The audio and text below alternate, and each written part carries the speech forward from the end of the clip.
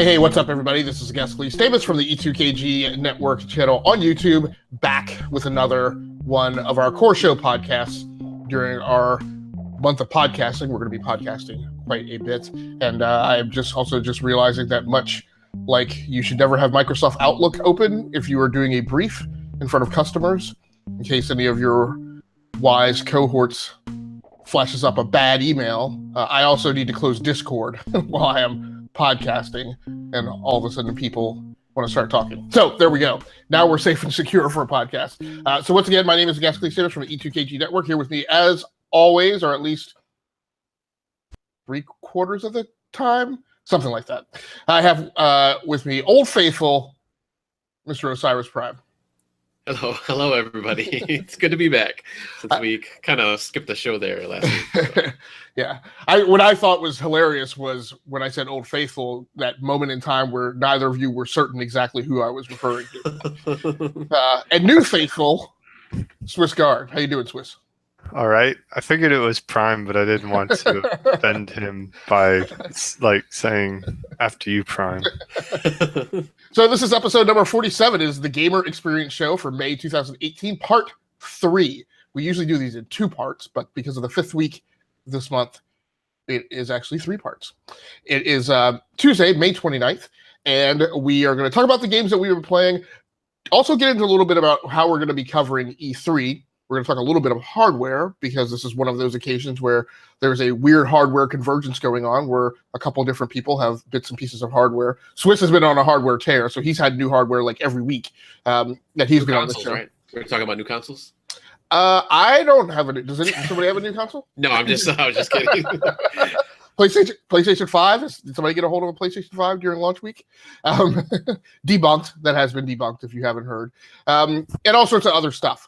Let's get started, first of all, with Swiss, who out of his E2KG Plays Picks, where the cast, your co-hosts, select for a given co-host what the game they're supposed to play over the next 2 weeks before they come back and do a report out. Swiss was assigned to play BattleTech on PC, which I am particularly interested in. So Swiss, why don't you go ahead and break that down for us and let us know how that has fared. All right. Well, honestly, it's been really, really good. I'm going to say that I enjoyed it. And if you hear me talk about it, you may think, oh man, this game's awesome and I must go out and get it.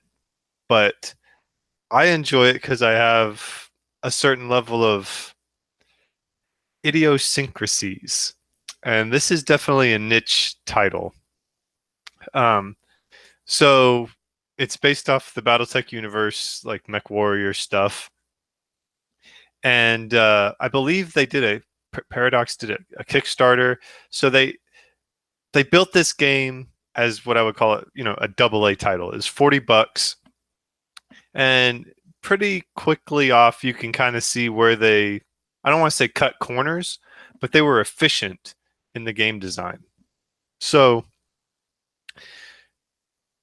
in the campaign mode, the art, there's some voice acting, but mostly the art is like almost kind of a moving picture type thing.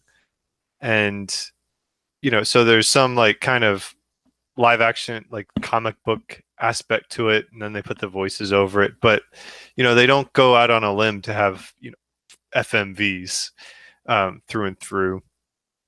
And a lot of the action in the campaign mode takes place through a menu system. So I select the navigation and it shows me a scene with a character. It's a 3D character, a 3D scene, but it's static, completely static. And you just, click on what you need to click on. Mech Bay, you go to the Mech Bay, it's again, kind of completely. So a sequence of static screens for the most part. with a little bit of swaying and eye blinking just to break up the monotony. But I don't care. I understand why they did it.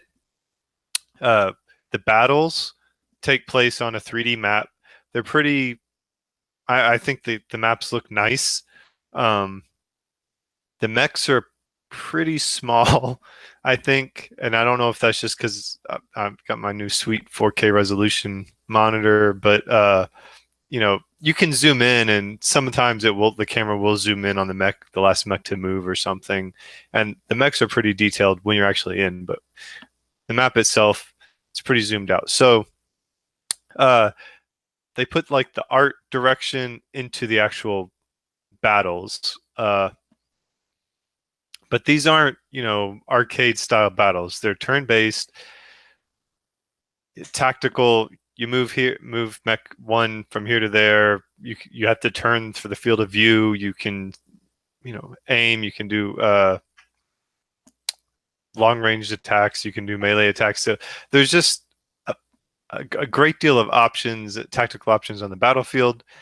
And then within the actual campaign mode, it's like a heavy sim. So what I appreciated was the storyline is starting to hook me now. At first it felt very cliched.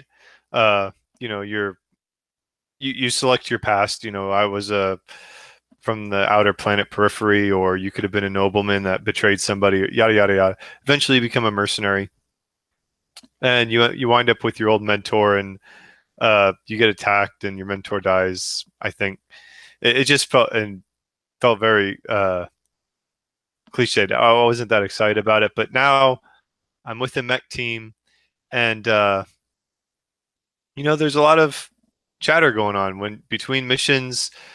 You have options. For example, this one presented me. It says, "Oh, so and so was removing walls in the barracks office, right? In the barracks, because they wanted more room. It would have been more comfortable." And you had to decide whether to spend 20,000 C-bills, which is the currency, or order them to put it back. If you have to spend 20,000 C-bills because the bank creditors wouldn't have liked you messing with their ship. I chose to spend the 20,000 C-bills to improve the morale of my crew. And this is one of the things when I talk about, it gets really detailed. You have a monthly finance statement. The mechs cost a certain amount of money. Your mech warriors cost a certain amount of money. If you give them experience points, which you can spend, they gain experience in battle. You can say, I want to improve the gunnery for this guy. I want to improve the guts on this guy. I want to improve the tactics on this guy. They'll have benefits. As they grow in ability, they grow in cost per month. You can, on different planets, buy different things to equip your mechs. If in between missions, you might have to repair your mech. It might take time and money to repair your mech. So if I want to re-equip a different laser gun on my mech, okay, I need to check the tonnage. Can my mech actually support this new weapon? Oh, I need to remove this other piece from my mech before I can add this weapon because it's heavier. Oh, wait, now my mech is weaker again, is more susceptible to heat. I need a heat sink. Oh, I don't have any room for the heat sink. So there's just so much minutia between. When you're traveling to planets, it gives you a schedule. It's going to take me 2 weeks to get to the jump ship before I can go. Well, I better schedule my mech maintenance now, so when I get to the destination, my mech will be ready to go before I can, use it in battle. So it even at the end of the monthly statement, they're like, "How generous do you want to be for your crew? If I want to kind of shortchange them, it will decrease morale, but it'll cost me less that month. If I want to be generous, it might boost my morale for my team." There are different aspects during the battle that morale can have an effect. So if you're doing good, your morale will increase and you get kind of special ability shots. Like I can do a called shot and basically do an aimed attack at a particular point on the mech's body. And this is just like the pen and paper game. You got arms, left and right torso, center torso, head, legs. You knock out somebody's leg, they fall over. You blow up the center torso, it's going to incapacitate the pilot and blow up the mech. I mean, you can knock off the arm, but then they can still fight with one arm. So it's been exciting for me because I like diving into the detail. It's the world intrigues me. I like the sci-fi aspect of it. You're basically mercenary for hire, so you choose the campaign missions you want to do, and you can negotiate the mission to get a certain amount of money or a certain amount of reputation based off, you charge a lot, you're going to have low reputation from it, vice versa. So you're starting to kind of answer the question that I was going to jump in and ask you, which was, so if you embrace that, it's right. awesome. If you like sci-fi and you embrace like, oh man, I can I can fiddle with the paint schemes on each of my mechs. Yeah, you can change your logo for your team. I'm Fafnir was my call sign because I did the random thing, and I randomly generated my name, and I saw Dijkstra. And for anybody that's a software engineer, that was nice to pick. But then we can change. It defaulted to Fafnir's Marauders, and we didn't like that, so I'm Fafnir's Hobbits, and I found a Gondor-looking logo. So I'm having fun with it. No, and that's good. And DBQ is one to often reference the meta, and I'm one to always talk about how, in Diablo 3, like one of my big things was, or Diablo 2, one of my big things was just inventory management, right? And that's a hole I often fall into in RPGs and action RPGs, as I spend a ton of amount of time inventory managing. Same thing with Borderlands, which I played recently. So the game has gotten slightly, I wouldn't say polarizing, but it's gotten kind of muddled reviews. It's been on the rise recently when you look at the aggregate across Metacritic. Have you seen or heard or looked at the things people are down on in the game, and have you decided that those things that people are seeing as negatives or critics are seeing as negatives don't really impact you because of the type of gamer you are, or have you just remained oblivious to all that? I've ignored it just because I don't. Kind of like when there's a big movie release, I don't want to read any reviews before I see the movie because I want to form my own opinions, and then I go out and read a bunch of reviews to either, mostly for affirmation, but in my opinions. But I haven't really read the BattleTech reviews. I kind of read a little bit of, I think it might have been GameStop, and they were not GameStop, GameSpot, Right. and they were pretty high on it, I believe. Okay. Eurogamer might have been high. There were one or two that I just kind of glanced at a little bit. They were very high on it, but I think that it really comes down to your taste. Right. That being said, I do not yet know if this goes off the rails, and that is, do I just have too much options for missions? Do the missions become repetitive? I've already, I haven't done very many missions, but I've already seen a little bit where it's like, oh, they're using kind of the same dialogue, and it's like, oh no, it's abandoned. Oh, they must be out on patrol. Well, let's go secure the base, and oh, here they come. We better defend it. Like, so is that a feeling that the story doesn't have much depth, or that there's not a lot of variety in missions? I think the side missions don't. The first, there's been a couple of story missions, and the next one seems really cool. A really cool concept to me. And one of the first things you have to do is you have to decide, oh man, we're drowning in debt. The banks are after us. That's the thing. Like, one of the first things you have is like, man, we need to figure out a way to get out from under our debt obligations because the interest rates are just killing us on this ship. And it's like, wow, this game's deep. Yeah, so it almost sounds a little deconstructionist. So have you played any of the Total War series on PC? I have, but it's been a long time. I literally played, the last Total War game I played was Total War Rome, the first one. So any sense of how this game compares? They do not. I wouldn't say that they compare very well. That's much more of a grand strategy, I would say, right? Because you have the seasons and you move the armies around, and then you go down into the tactical battles. Well, much. So you have both. You have a high level grand strategy, right, that you orchestrate, and then when you force a confrontation, then you're given tactical command on the battlefield. So, and it's a little more real time in Total War. This is like turn based, so it's much more of a, I would say, almost like a Final Fantasy Tactics, and much more, and like with more inventory management, sci-fi crafted on. But the RPG aspect, the pen and paper RPG aspect is there. So I had to define my past.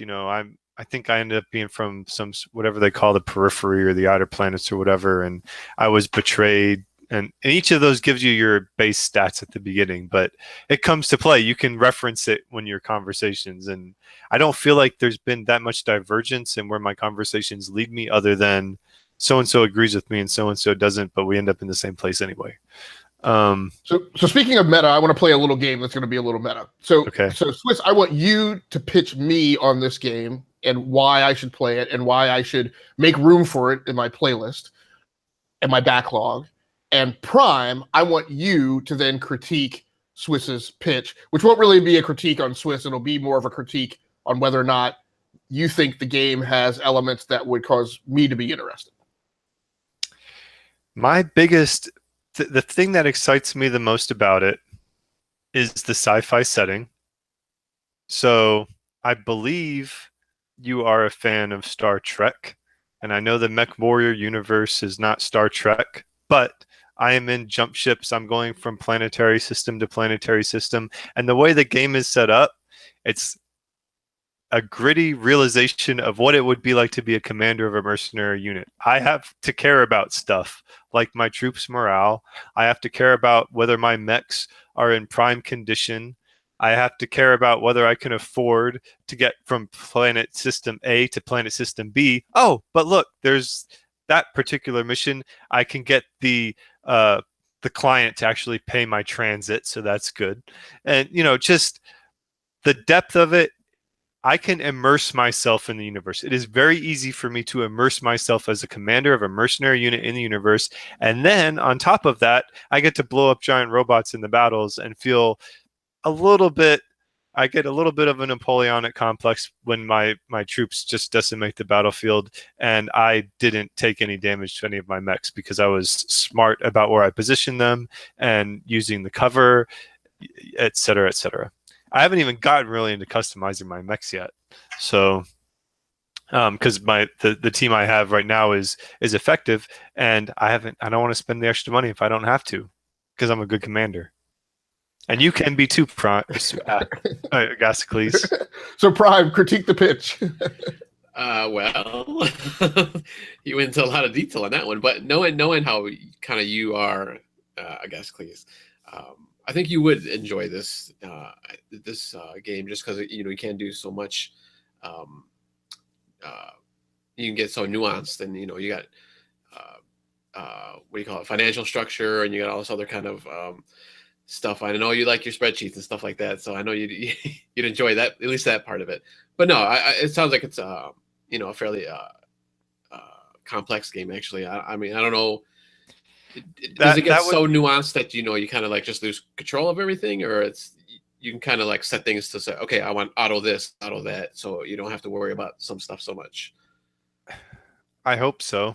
I haven't really gotten into a lot of it yet. Like, for example, I left the monthly status on balance, normal, whatever, and I didn't really fiddle with that yet. I haven't really fiddled with trying to recruit new mech warriors yet. I can imagine that might get unwieldy later. It feels like they kind of threw you into the ship, and I don't know if I just did a little exploration before I needed to, or whether they kind of throw you in the deep end and let you learn to swim on your own. So that's one aspect of it. The second aspect is I can see this game occupying a lot of time. So given Agasicles' playstyle, maybe not. But it depends. It might be one of those games that I would binge, right? So yes, I know that I hop around a lot to a lot of different games, but what I will also do is I will also lock in on a game for like a 2 to 5 day time period and just put like a ton. Now, the rubber band effect of that is once I do that one time, I may never go back to that game again. But like a few years ago, like what I distinctly remember, and this reminds me, as you described it reminds me a lot of Galactic Civilization 2.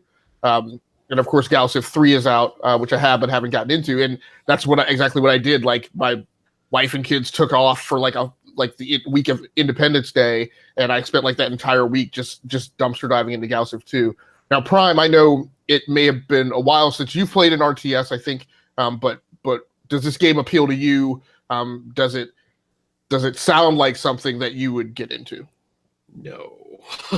And why not? Because I'm very curious about like what specifics about Swiss's description is a turn off to you. It just seems like there's kind of too much that you have to kind of fiddle with and pay attention to. Not that I mind that every now and then, but this just seems like way beyond what I'd usually go into. Like the RTSs I used to play, like Command and Conquer and forgot what the other one is, Age of Mythology. There's some, some management, resource management and stuff like that. But I mean, it's not, you don't have to go down to like, hey, I got to pay my guys and I got to, have a monthly budget. Yeah. If I got to put an attachment on my mech, I got to, figure out, like do a budget. Yeah. Do this whole thing. So it's a little too much for me, especially nowadays where I just kind of crash and burn games basically, and just kind of hit them for like a few weeks or a few months, and then I'm done with them. So yeah, it sounds like a really weird mix of like Galactic Civilization and Madden. Like it's I mean, when you say like the general manager or something, yeah, it sounds like you're like, man, I got to cut this guy loose on free agency to make some room on my salary cap, or else I'm not there yet, but I can see that happening because if they get too powerful, like you upgrade them too much, then they're too expensive, and then it's like, well, maybe I can get somebody cheaper that does just as good. So yeah, I wish it's going to be interesting. I'm definitely going to keep playing, and over the next month or so, if we come back to it, I can maybe give more evolved impressions on how that develops, and maybe Prime is right, and they have these systems, but they're actually superfluous, and they don't actually affect it one way or another, and I can basically ignore them while I play, which will be a little bit of a disappointment. But just put on autopilot. Yeah, well, but we'll see. But no, I think because the thing I was going to mention when Prime said it felt like too much, that to me is the hallmark of a game like this. Is the question of the elegance of the design? Is it supple enough to be responsive to player approach? So for somebody like you, does it give you all of the knobs and switches so that if you want to put your hands on those knobs and switches and turn and switch all of them, you can? But is it equally flexible so that if Prime wants to go play it, he can play it without touching all those knobs and switches and isn't penalized, right? That he could just leave everything set on average or balanced and focus on the things that he wants to play. I was recently listening to another podcast discussing the design of I think it's of Days Gone, I think it is, and how what they were talking about was you can do things in that game, but one of the problems they saw across the industry was how in these survival games and survival horror games that they make you manage everything, and they were like, we don't know that that's fun for people, so we're not going to gamify like your need to eat and sleep and drink water, because why would it be fun to do things that you actually have to do? Like it's kind of like the anti-Sims design discussion, but I guess that's my question is, how well does it scale in response to player input? And the last thing I'll mention is, so last year, I kind of you've got me kind of on the edge. I almost tipped over and bought this while you were in your 2-week assignment. Last year, I bought and played a game called Warhammer 40,000 Sanctus Reach, which is also turn-based, heavily built around the notion of mechanized warfare, sci-fi. And I had a lot of fun playing that game. I didn't play through that much of it, but what I did play, I really liked. So now again, that was all Battlefield stuff, so you didn't have to manage all the things that you mentioned. But I did love Rome Total War, and even though the play styles might be different, it still sounds like there's this silo of more grand strategy and resource management, and then there's the direct tactical application and I do kind of find that appealing. I will say one other thing. All of my comments have been in relation to the campaign mode. They have a skirmish mode where I think you just jump in, you get a suite of mechs, and you have an objective against some other mechs, and you can just focus on the tactical side of being a commander and just on the ground. and there is an online component. I didn't register because I don't really care about playing this online. But I guess you could go versus or something. So, it's not it. It's definitely built around the tactics on the ground, controlling mechs across the environment or across the terrain. But they added on this whole campaign mode, because it's a BattleTech game and you're in the BattleTech universe, and there's this whole mythos. And I dug out some of my old BattleTech stuff, and I'm starting to see, like, oh yeah, I remember they mentioned this particular mech design or that particular inner sphere, So they have they're trying to build themselves. They're making it a part of that universe, and it's a BattleTech IP and they're taking advantage of that. And I don't think that aspect can be undersold, right? Anytime that something that you were in love with as a kid or something from your childhood comes back and is rendered in video game form, it allows you to, like I said, put your hands on all those knobs and switches. That's awesome. Like I love when there are games about ship combat. One of the games I'm going to talk about is Dreadnought, and that's because that pulls on my Star Trek heartstrings, right? Like, so anything that's of that ilk, and if you were into MechWarrior, even for people who, like, I played MechWarrior 2, that was a big PC game that I just spent hours and hours and hours in, and loved managing my mech and putting on heat sinks and all sorts of other stuff. So if any game that allows you to dive back into one of those worlds is definitely that's definitely a plus. So anything else that we need to talk about with regards to BattleTech? No, it's not going to be everyone's cup of tea, but I don't want to say it's a budget title, but that $40 AA price point, I tip my hat to Harebrained. I think it's Harebrained Schemes or Harebrained Studios. They did a good job, and I'm going to it's going to be part of my normal gaming rotation, I think, for the foreseeable future. Very cool. Prime, any other questions from you? No, I just want to say I was really surprised actually about this game, because I was watching some videos, and the one was, I think, like an hour long, just on YouTube, and like the first half hour, it was just menus. I was like, man, there's just no way.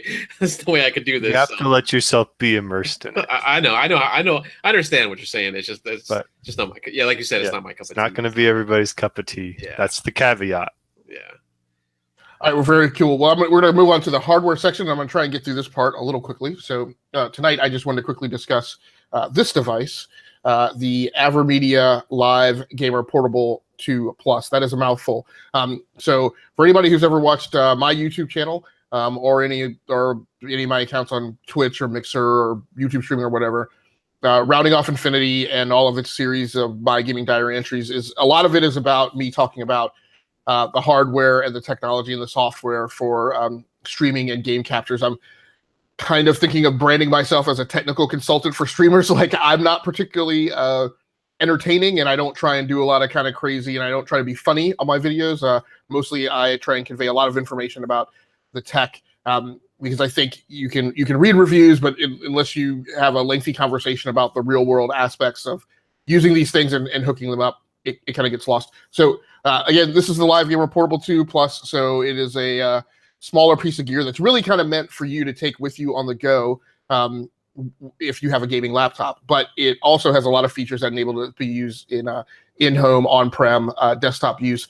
So there's a previous model of this, the Live Gamer Portable 2, that was out on the market last year. Again, oriented around that same travel aspect. But as you can see, this one is branded with the 4K moniker. And the huge thing about this, especially for me, and probably for some other gamers, is that this enables 4K pass-through. So there are, as far as I know, today, no consumer level, commercially available game capture devices that will pass through will record in 4K. There's some high-end studio gear that will, but worse yet, there's not any, until this came along, there weren't any that would just pass it through. So this passes the 4K signal through from a gaming device or gaming PC to a display that is 4K capable. So in the case of my PlayStation 4 Pro or Xbox One Scorpio, whenever I had a game capture device hooked up to it, they would auto switch and dump back down to 1080p. And when I was on a PC, I would have to go in and set the PC to 1080 to 1920 by 1080 before I hooked up the game capture device. This allows me to just insert things directly in the path of my video line to a display. And so I can see in 4K and enjoy that, because I was kind of losing that. I probably stream maybe I probably stream or capture 2/3 of the time that I play. And that time I was not getting the value out of the 4K setups that I had procured. So some quick things on the hardware and why it's so neat. Number one, it has these two 3.5mm jacks in the front. What these allow you to do is you can take a controller, because as we know, the PlayStation 4 has a problem where it can only send audio to the controller, whereas the Xbox One can send audio concurrently to the controller and to your television set. But there's also some wonkiness and a little difficulty when you're trying to capture party chats and your own chat. So to make that super easy, you can connect a male-to-male 3.5mm connector and cable into this port to connect directly to your controller. Then you can connect the output here to your headset. Instead of having to use like the Elgato, like the goofy chat link cable, which tries to split the audio and sometimes doesn't work, you're basically passing your audio through this and routing it to the controller, so it captures all your in-party chat and your own voice commentary via your headset. This is a button to switch the audio mode. What this allows you to do is you can just listen to the audio, but then if you push and hold it, you can actually monitor the audio. The biggest problem in setting up for a live stream or a game capture is getting your audio mix balance correct between, so people can hear the in-game audio, but it's a little subdued and ducked under your voice-over commentary. This allows you to monitor how those levels are set. So rather than like fiddling with checking it in OBS or whatever, you can just listen to it directly and tweak it up or down depending on how you feel the audio mix balance is.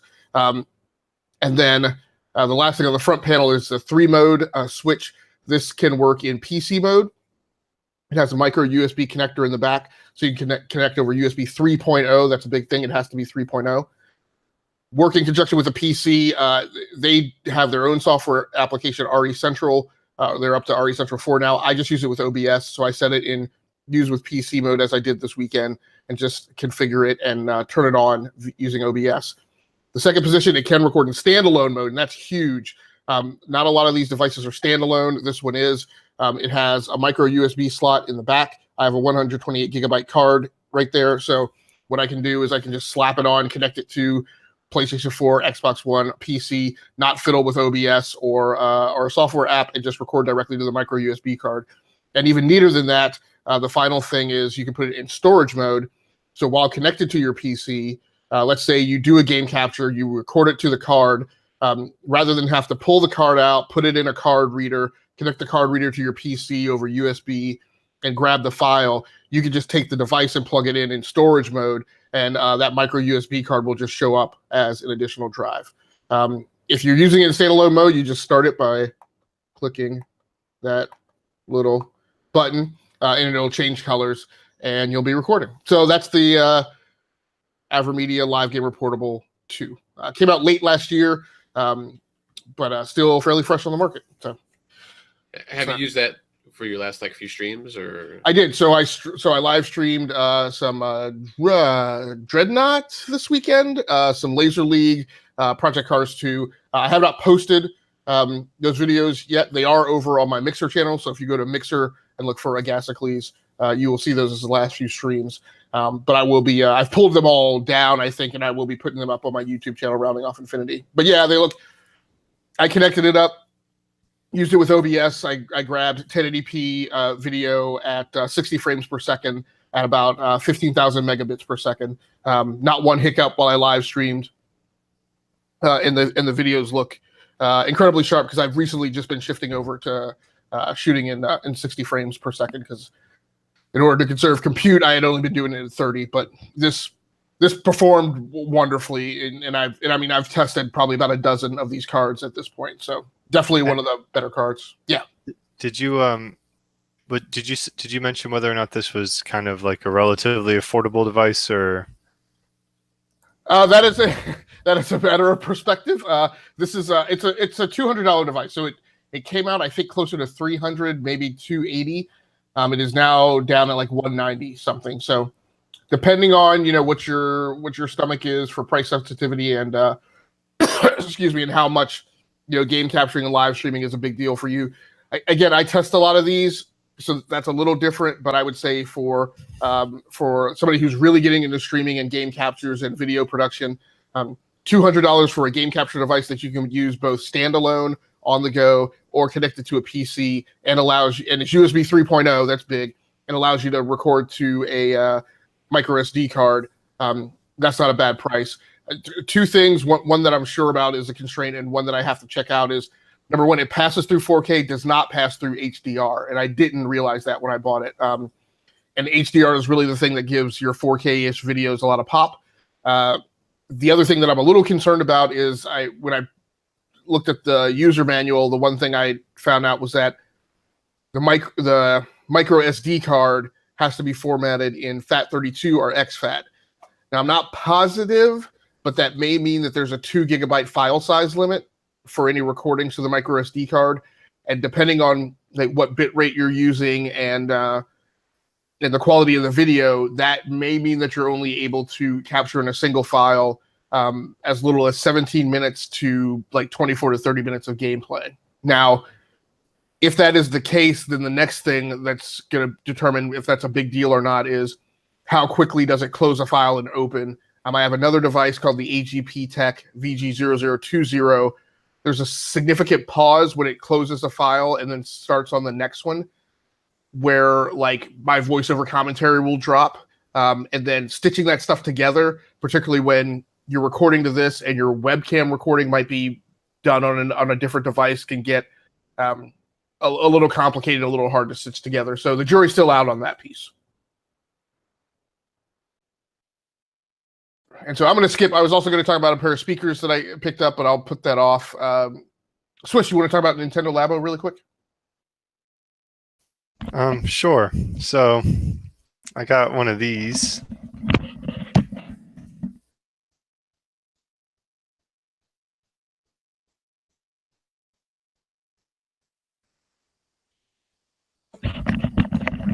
Because that makes me, look like I'm ready to do battle. Or go underwater. Yeah. So it's the I actually didn't buy this. My son used his allowance, and because he found my Game Informer magazine and it was talking about Labo, and then he remembered that it existed, so he decided to buy it. And I used my Gamers Club Unlocked, which is going to be going away, but I still got my 20% discount through Best Buy, and we picked that up. So the good news is I've gotten a lot of it, or he and to a lesser me and then he have gotten a lot of it built. The bad news is I'm not done yet, because when he got it, we were going over to my in-laws' house and he wanted to take it there and work on it there. So we did some of it there, and we lost one of the grommets, which are these little plastic pieces that are actually pretty important to connecting some stuff. And miracle of miracles, my mother-in-law found it, but we lost a few days of construction time. So I can speak to how it's built, but I haven't actually used it in game yet. But we got the robot kit, so that's the one where you have like the visor, big backpack, and little pulleys on your feet and hands, and you control the robot live in the game. When you're constructing it, so it comes with like a normal game card for your Switch. You put it in, the instructions are in the Switch, and they try to make it as idiot proof as possible. So every single step. So whether you have to I'm trying to look here and see if there's anything I can grab. And so there's going to be a fold here.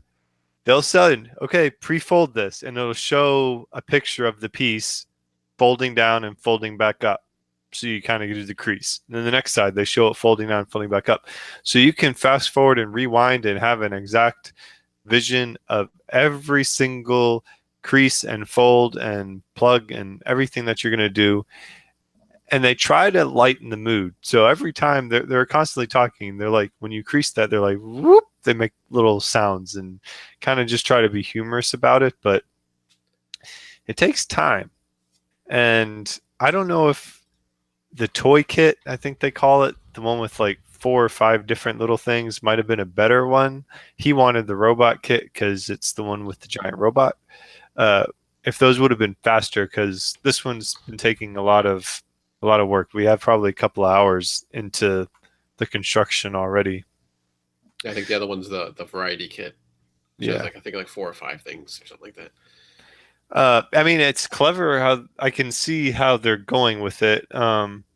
They have like basically the pulleys. It's like on they call it a piston, but it's a piece of string, and they have a box. Sorry, I keep going off camera to fall on the floor here. This is the piston. This is what powers it. So it's like literally like they have this cardboard box inside. They have these what's like like the cake box like material. It's just some of that folded up and over and over and over again. So this is like full of cake box material. So it has a little bit of weight. So if it falls down on its own, and then it's some reflective tape. So inside the backpack, I think you have the 4 of them lined up, and there's going to be grooves. And the Joy-Con just detects the tape going up and down, and that's how it knows whether you're moving. And in the headset, that's where the other Joy-Con's going to go, and it can detect, if the visor's up or down based on the orientation of the Joy-Con. So I thought it was clever when I'm doing this. I was like, who's thinking of all this stuff to make it happen? But it hasn't been where I've been like, oh my God, we're completely come on, camera. It hasn't been completely messing up. We're like, this is too confusing because every step is explicit. It's just been time consuming and a little tedious. I am a little bit scared that this is going to get destroyed when a 2-year-old and a 4-year-old fight over whose turn it is. So I'm going to have to do some dad monitoring, and we'll see what happens. We'll see how long it lasts.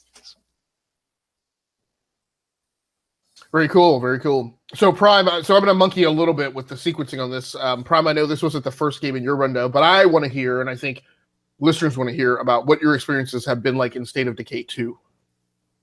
Okay, so let me just first say that I only played maybe 15-20 minutes of the beginning of State of Decay 2, so I haven't had like a big. I didn't even get into like the open world part. Like, you kind of start off in this kind of closed area.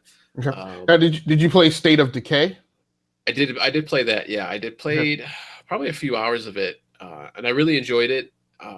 But when I was playing the first one, I was like, oh man, this really should be a multiplayer game. Which boom, now State of Decay 2, it's multiplayer. You can play online with I don't remember how many people altogether you could play with, but like I said, I haven't even gotten to that part yet. So I'm just kind of, when you start off, you pick between I think like 4 or 5 maybe different groups, so like 2 people that you could pick from, or groups I should say.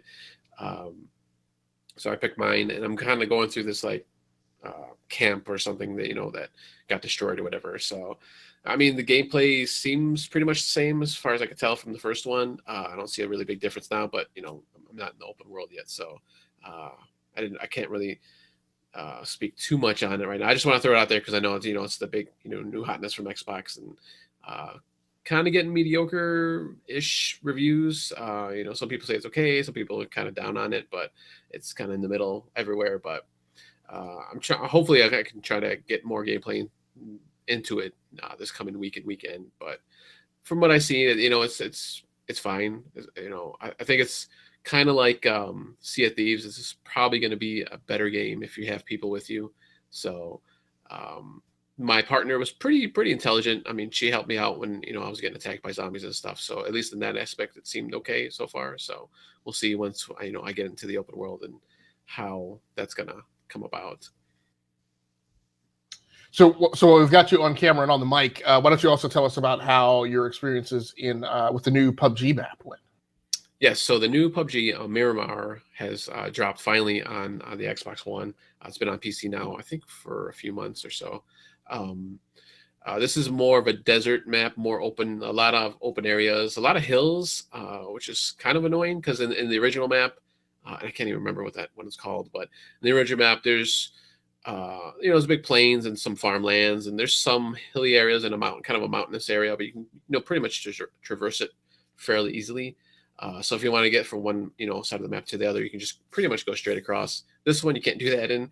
The mountains here, they're like really hilly, and there's like a lot of boulders and stuff. So you can maybe get across it if you're on foot, but definitely in a vehicle it's way harder than on the old map. So but there's a lot more towns and little kind of, I guess, like hub areas, if you want to call it that, but just like houses and stuff like that, little areas where you can, it's a little bit more denser than in the old map, where it's kind of spread out more. So that's kind of nice. Kind of bad though, because a lot of hiding spots. But I haven't really had that problem though, where you kind of have those campers kind of just sitting there. At least not yet. So, and I think part of that is because it kind of, the map's closing in, so it kind of shoos away from those, the structured areas. So that's kind of nice. But it's pretty good so far. Because of what you mentioned about how the map is sized. Are encounters more frequent? I mean, so I know part of the whole thing is kind of managing how much time you spend around just like looking for enemy players. How is that impacted by the new map? I think if you land, well, it kind of depends where you land, but I think overall it seems like my encounters are a little bit more frequent. Even though the map does seem a lot larger, I haven't had a chance to really compare them yet, or even look online to see if there's like a super big size difference. But I don't know, for some reason, maybe it's just because there's more towns and stuff, and just like clusters of houses and buildings, it looks like it might be a little bit bigger. But I'm pretty sure they were the same map as far as size wise as the old one, from what I read initially when it first came out on PC. But I got to go back and look at that. But I don't know, just when I first saw the map, I was like, whoa, this looks huge. But I don't know, it might be the same. It's just more densely populated with buildings and stuff. So, and I think that was on the PC, that was initially a problem, because I think there was too much open area. So I think they added a lot of stuff into it. So it's really good. I'm just trying to get a feel of the map now. I actually got into a pretty good group this weekend, so we played a bunch of it, and they were kind of okay, lackluster on the map. But I was, I wanted to kind of get into it and just kind of find all the nuances and stuff like that. So I'm enjoying it so far. So we'll see. Have you won a chicken dinner on the new map? No, no, not yet. Close though. We got to third, actually, just last night, I think it was, or a couple nights ago. So I did a lot better than I've been doing on the new map, on the old map. But that might just be just because a lot of people are not familiar with it yet. So we'll see. Hopefully, I'll get one soon. Still looking for that solo chicken dinner. So we'll see if maybe it finally happens on this map. And I guess the other thing to say too, there's no map selection, so it's just random, like whatever you get, you get. So I think they said they're working on that though. So we'll see if that comes out soon. So that means there's no voting? No, there's no okay. voting. No. Okay. No voting either. Do you prefer that, or do you prefer to be able to choose your map? I actually like the rotation, because it seems to, I'd say like every other game, maybe it switches, which is fine with me. I know I've always kind of liked to just throw a rotation in and just cycle through them, because you get stuck. People can be jerks sometimes too and just keep voting the same map. So, and there's ways around that where they've only let you do that maybe twice in a row and then they cut off. But I kind of like just the automatic rotation myself. You play Splatoon, right? Splatoon 2. You played that? Yeah. Yeah. They do the map. They select a couple of maps that you have right now, and they select the game mode that you have right now. Yeah. So it's not even just that. So I guess that's kind of common-ish nowadays. I don't know. Yeah. I'm not a big competitive shooter gamer, but So things that I had in my playlist the last couple of weeks. So like I mentioned, I played a bunch of Dreadnought. My big thing this weekend was I wanted to get into a community-driven game over the 3-day weekend. Dreadnought was a game that, again, like I said, definitely is kind of in my wheelhouse, no pun intended. But it it's nautical, combat in space appeals to my core gamer tendencies. I put about 5.5 hours in. The biggest hangup I have with the whole thing on PlayStation 4 is not a big player base. Just now, there's some things that they do in matchmaking in the early matches, and it looked like they had reset all the servers and everything. Because when I logged back in, I started back at the beginning. But even once I progressed to like tier 2, tier 3 ships, I still didn't see a lot of people in matches. And they said one of the tricks was not to necessarily go into the room that said, any match, but to actually go and specifically target a game type of match that you were trying to get into. So I did that a few times. The times that I had other human players in the match were definitely awesome. And I do appreciate the fact that that gray box allowed you to how's that I want to say lost my train of thought. Sorry, that it balances out the teams with AI. So in a couple of occasions I went into one map and there were 2 human players. So I was on the team with another human player. The other 3 ships were AI. On the other team there was 1 human player and 4 AI. So I kind of like that, so that you don't get bogged down waiting for this impossible mathematical problem to occur where everybody who's playing all gets matched up into a game with humans. But they do that in Rocket League too, which is nice. Okay, all right. That out. Yep. So despite not having people players in it, what it meant for me was, I kind of established that I'm not going to be playing this game for that long, and unfortunately, I hate to say that, but I'm not going to spend any money on it yet until I see a rise in player population. But it's one of those things that, like, even just as a single player like simulation, like I would still play from time to time. I'm just not. I guess it's just not going to become like I'm not going to make a 6-hour hole in my gaming schedule, to dedicate to playing that, just because the player base is so small.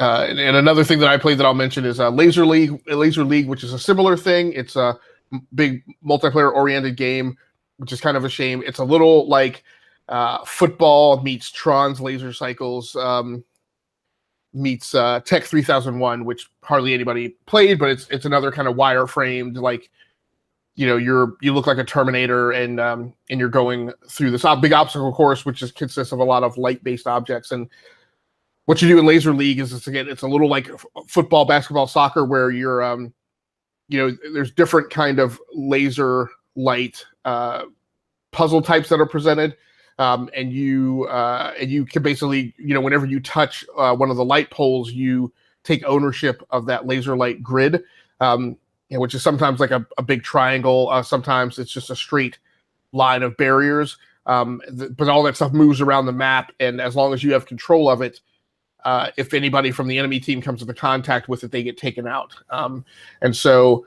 there's like 6 different classes. You pick a class and play. You can switch classes in between matches. It's best 2 of 3 matches, 3 points per match. It does have, like I said, single player standalone modes against AI, but you can also play against people. I got into a couple of matches that had people, and they were definitely the better matches. But like I said, the whole weekend that I spent, like I said, I think I only met like 2 other people who were playing. So I bought the game for like $15. So, in some ways I regret it. In some ways I don't, because of the low cost. But I guess the thing it sparked to me and all you guys, I mean, we've been talking about it a large chunk of the day in the Flock chat. It just outlined for me like the damage that can be done when every game is kind of chasing the battle royale multiplayer centric model without supporting single player. And with Laser League, I think what a great game this would have been if it would have just been kind of like Cyberball 2000, or had this kind of Madden-esque kind of framework about it, so that you could have seasons and a franchise season and that kind of thing. And then I probably would have played it for dozens of hours this year, because I wouldn't have been hung up around the fact that there weren't people online to play multiplayer. So Swiss, how were your experiences in Overwatch? I grabbed the free weekend, so I downloaded it and I played it a little bit with my brother-in-law. And, I enjoyed the time I was playing it. Time flew by pretty quickly and it got late and I had to jump off. But this is one of those games that's not really my cup of tea. When I play a shooter, I either want to do like a story-based mission, so single player type stuff, or um, I prefer more of like the tactical stuff. It was just too fast paced and chaotic for my liking. If there's another free weekend, I'll probably jump in again, but it's not something that I would want to invest a lot of significant time in. It was just I don't like going to where the contest stuff's contested and getting blown away, and then having to respawn and go, and there's just all sorts of crazy things happening. And Splatoon's kind of like that, but it's a little different with the third person, and I like the turf-based inking like gameplay element, nuanced gameplay element a little bit more. So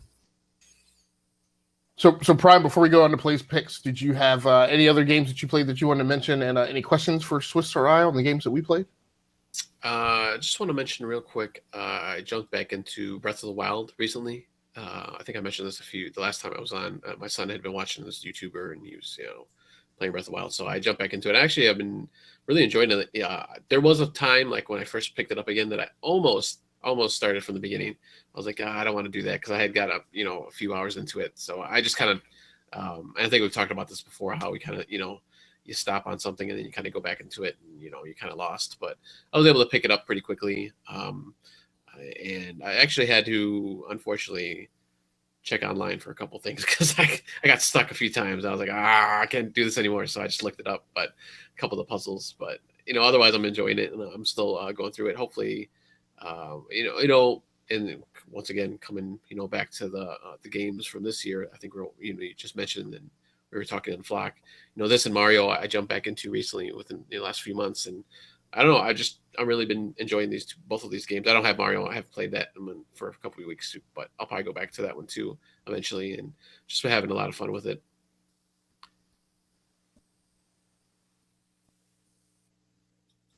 real fast, I also played Horizon Zero Dawn. I'm almost done with it. I've pretty much exhausted every last side quest I can do before I have to keep going on the main missions. And there's been some significant developments in the story, and it's a really cool sci-fi story. And if you let yourself get into it and you find the little data points and listen to the little audio clips that they put in there, there's just a lot of nice stuff there. And I'm actually enjoying the sci-fi story. And yeah, I'm over 80 hours into the game, and I'm still excited to play it when I boot it up every weekend.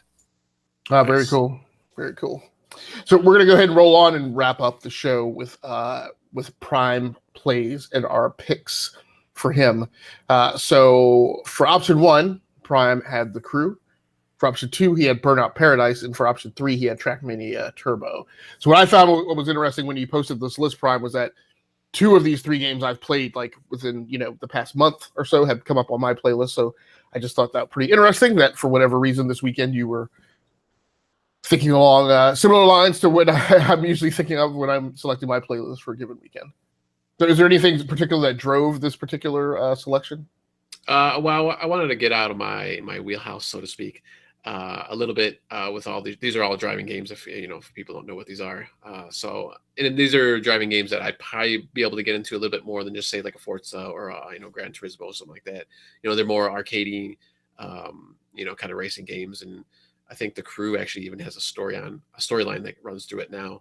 I think they added that later on because I don't really remember a storyline going through The Crew when it initially came on. Excuse me. These are all back compatible. Well, some of them are back compatible games, but these are all on the Xbox One. So that was just kind of my thinking, that I wanted to kind of do some racing games, but something that I would probably enjoy a little bit more than just once again trying to fiddle with every little detail on a car and doing stuff like that. So Swiss, given those options, did you settle on what you're going to force Osiris Prime to play over the next 2 weeks? Yeah, I don't like Burnout Paradise because it's open world and The Crew has those overtones. So I thought I could either be mean to Prime and assign him a game that I disliked and tried to get some affirmation in that he would dislike it too, Or I could try to give him a game that I would be more interested in playing so he can actually enjoy his time. So I've selected option 3, Trackmania Turbo, which is more of an arcadey type racer, which I hope is more racer and less open world. So that is very interesting. so my pick is for Burnout Paradise, just because I have Burnout Paradise remastered on the PlayStation 4. I definitely want to be able to try to convey and describe to Prime what that experience is, and see if the backwards compatible Xbox 360 title measures up and achieves parity. So we're all struggling a little bit to understand exactly what the differences are between those two, but my pick for him is Burnout Paradise. Now we have got to make a decision, because normally DBQ would have IM'd me in Flock and sent me his vote for you, Prime. He has not done so, even though it seems to indicate that he's online now, but he hasn't responded to my question about whether or not he has a pick for you. So, So Swiss, my question is, do we flip a coin to represent DBQ's vote, or do we simply enter into the record for the time being that we've got one vote for Trackmania Turbo, right? And then, or we just say our votes neutralize each other, and Okay. the only game left standing is the crew. I'm fine either way. Is that what you recommend we do to proceed? That way, neither of us is happy. But we're also, neither of us is to blame. That's true. So there you go, Prime. Your game for the next 2 weeks is the crew. Which again, I am happy. Because I had more than one choice that could make me happy. What I'm pleased about is this is going to set Prime up to come back and report out on this game shortly before the Crew 2 comes out. Yep. And I know that would have been my second choice, and the fact that it's got this weird RPG elements or something, according to the designer, it'd be interesting to hear what his thoughts are on it. Yeah, so that game came out December 2nd of 2014. I'm trying to see really quickly. Yeah, so it was a launch title basically. Yeah. For both consoles. Excuse me. Is anybody seeing? So the crew. This is excellent. So the Crew 2 is supposed to release on June 29th. Oh, nice. So I mean, I know that the Crew had problems. The question will be, how well have those problems aged? Do they really interfere with you being able to enjoy the game? And then my question will be, so if you report out on the Crew, I'd be interested if you picked the Crew 2 up and could tell us, yeah, they fixed a lot of the things that would have bothered you in the Crew. Or at least, get a chance to play it via, I don't know if they're going to do a beta or whatever. I thought they were doing betas right now, just as multiplayer. Yeah, I know they have the new vehicles. You got the air, the planes, and I think boats too. Right. Yeah, and the 2. So anyway, I think it's timely and relevant. So that will be your assignment for the next 2 weeks. Awesome. Nice. All right. So that's good. So I'll probably have an extra week because I think the 2 weeks would be our E3 coverage. Right. So into that. Yeah. So next week we're going to do our pre-show on Tuesday, June 5th. That will probably be a slightly longer show. Maybe I don't really know that there's a lot to predict about this year's E3. So we're still kind of kicking that around. Potentially all 4 of us will be on that episode. Then we'll go into the weekend. I might even come back to you guys and pitch that we skip the news show just to give ourselves some extra downtime, since we're going to be doing so much E3 coverage. And sitting and watching, scheduling and trying to actually watch all of the press conferences will be difficult enough. But that's what we're going to do the weekend that E3 kicks off, which actually starts before the actual official start of E3. And then we will be on that week, the week of the 10th. Our broadcasting will start on the 10th. We'll be on that Sunday night, Tuesday night, and Thursday night, starting with EA and Microsoft. And I forget who will have gone, who else will have gone by then, but Bethesda. Yeah. That night, probably when we're recording. Yep. So, I guess we'll have to see about that about scheduling. So, but basically, we're probably gonna cover the E3 press conferences in the sequence that they are shown or held, and then like a day later or a couple days after they're held, we will do our E3 analysis show. for that segment of E3. And then that will wrap us up for that week. And then the following week, we will be back to our regular programming schedule. So anything else that you guys want to mention or that we should cover? No, just I'm probably be dropping a episode of one of my Let's Plays this week. Okay, Probably cool. another Mad Max. So Nice. check that out. Nice. So that's our effort to see the E2KG network channel on YouTube with a little additional content. So I will, once I pull it off of this machine, actually, that I'm on right now, I will be posting video of Laser League, so you can get a feel for what that newly released title is like, because it did just come out in the last week, maybe week and a half. And the whole point of me picking it up was so that I could demonstrate some of the gameplay video to people, so they can decide if they want to pick it up or not too. Swiss, anything you want to add? Nope, I'm good. If you're into like strategy games and letting yourself get immersed, even if it's just a simple interface, a little bit old school, pick up BattleTech. All right. Well, thanks so much, everyone. On behalf of my co-hosts, SwissGuard and Osiris Prime and the E2KG Network channel, that's going to do it for the Gamer Experience Show, episode number 47 of the Enough to Keep Going podcast. Thanks once again for joining in. That's going to do it for us. We are out of here.